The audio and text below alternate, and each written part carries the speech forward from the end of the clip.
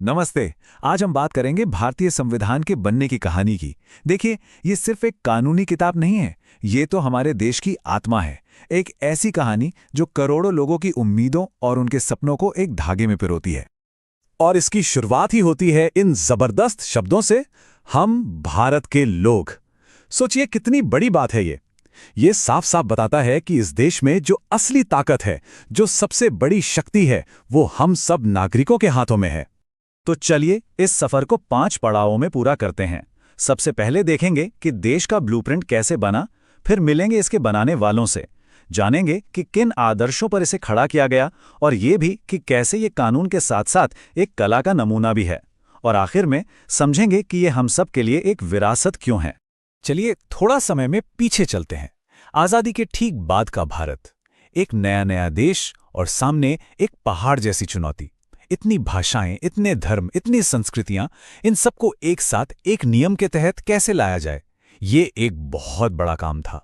तो सवाल यही था कि करोड़ों लोगों को एक ऐसे कानूनी ढांचे में कैसे पिरोया जाए जो सबके लिए बराबर हो, सबके लिए न्यायपूर्ण हो। ये सिर्फ कानून बनाने की बात नहीं थी, ये तो असल में एक राष्ट्र को गढ़ने की बात थी। तो इस सफर की पहली सीढ़ी थी संविधान सभा, यानी कॉन्स्टिट्यूएंट असेंबली का बनना। और मजे की बात देखिए, ये काम आज़ादी मिलने से भी पहले दिसंबर 1946 में ही शुरू हो गया था। इसी सभा के कंधों पर जिम्मेदारी थी कि वो आने वाले भारत का संविधान तैयार करें। तो फिर ये किया किसने?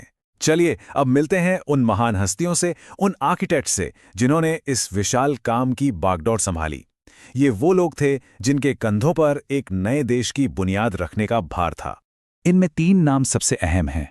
डॉक्टर राजेंद्र प्रसाद, जो पूरी सभा के अध्यक्ष थे, जवाहरलाल नेहरू, जिन्होंने वो ऑब्जेक्टिव रेजोल्यूशन पेश किया जो आगे चलकर हमारे संविधान की प्रस्तावना यानी प्रियम्बल बना, और डॉक्टर BR अम्बेडकर, जो ड्राफ्टिंग कमेटी के चेयरमैन थे। मतलब एक ने सभा को संभाला, दूसरे ने विजन दिया और तीसरे ने उस विजन को कानून की शक्ल दी। अब देखिए, ये काम कोई अकेला इंसान तो कर नहीं सकता था। तो डॉक्टर अंबेडकर की अध्यक्षता में एक 7 सदस्यों की ड्राफ्टिंग कमेटी बनी।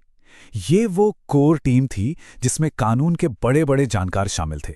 इसी टीम ने असल में संविधान का पूरा टेक्स्ट, पूरा मसौदा तैयार किया। और डॉक्टर अंबेडकर का जो योगदान था वो इतना बड़ा था, इतना गहरा था कि उन्हें संविधान का जनक या फादर ऑफ द कॉन्स्टिट्यूशन कहा जाता है।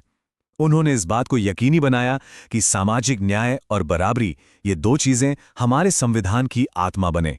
तो बनाने वाले तो ये लोग थे, पर बना क्या?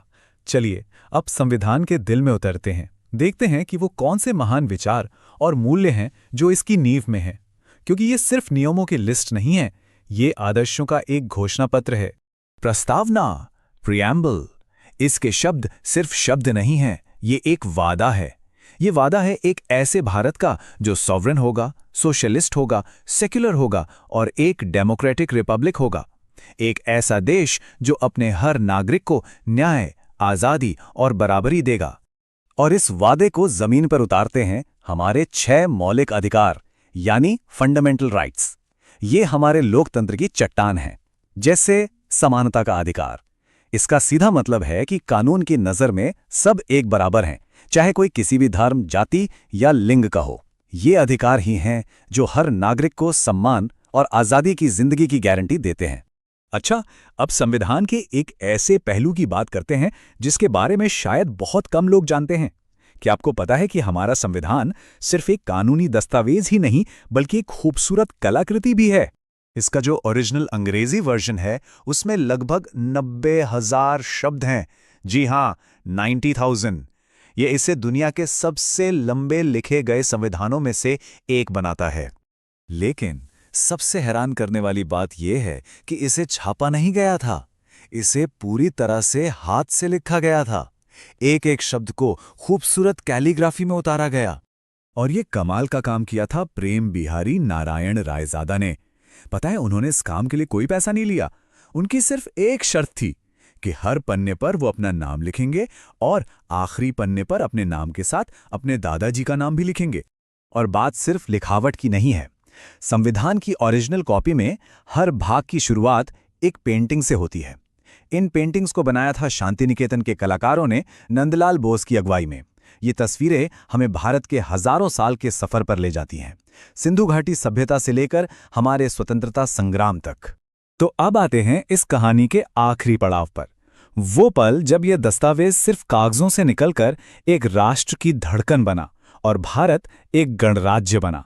आपको पता है इसे बनाने में कितना वक्त लगा? 2 साल 11 महीने और 18 दिन। इतना समय लगा था इस पर बहस करने, इसका मसौदा तैयार करने और इसे आखिरी शक्ल देने में। ये उन लोगों की मेहनत और लगन को दिखाता है। और फिर आई वो 3 ऐतिहासिक तारीखें। 26 नवंबर 1949 जब संविधान को अपनाया गया, जिसे हम आज कॉन्स्टिट्यूशन डे के रूप में मनाते हैं। फिर 24 जनवरी 1950 जब 284 सदस्यों ने हाथ से लिखी कॉपियों पर दस्तखत किए, और आखिरकार 26 जनवरी 1950 जब ये पूरी तरह से लागू हुआ और इसी दिन भारत बना एक रिपब्लिक, हमारा गणतंत्र दिवस। लेकिन यहाँ एक सवाल उठता है, क्या संविधान लागू होने के साथ ही सारा काम खत्म हो गया था? इसका जवाब हमें डॉक्टर अंबेडकर के ही शब्दों में मिलता है। उन्होंने कहा था, 26 जनवरी 1950 को हम एक विरोधाभासी जीवन में प्रवेश करने जा रहे हैं। राजनीति में हमारे पास समानता होगी, लेकिन सामाजिक और आर्थिक जीवन में असमानता होगी। हमें इस विरोधाभास को जल्द से जल्द दूर करना होगा, वरना जो लोग असमानता से पीड़ित हैं वे इस राजनीतिक लोकतंत्र के ढांचे को उड़ा देंगे। ये शब्द हमें याद दिलाते हैं कि संविधान को अपनाना मंजिल नहीं थी, बल्कि एक सफर की शुरुआत थी। एक ऐसा सफर जो आज भी जारी है और जिसमें हम सब शामिल हैं।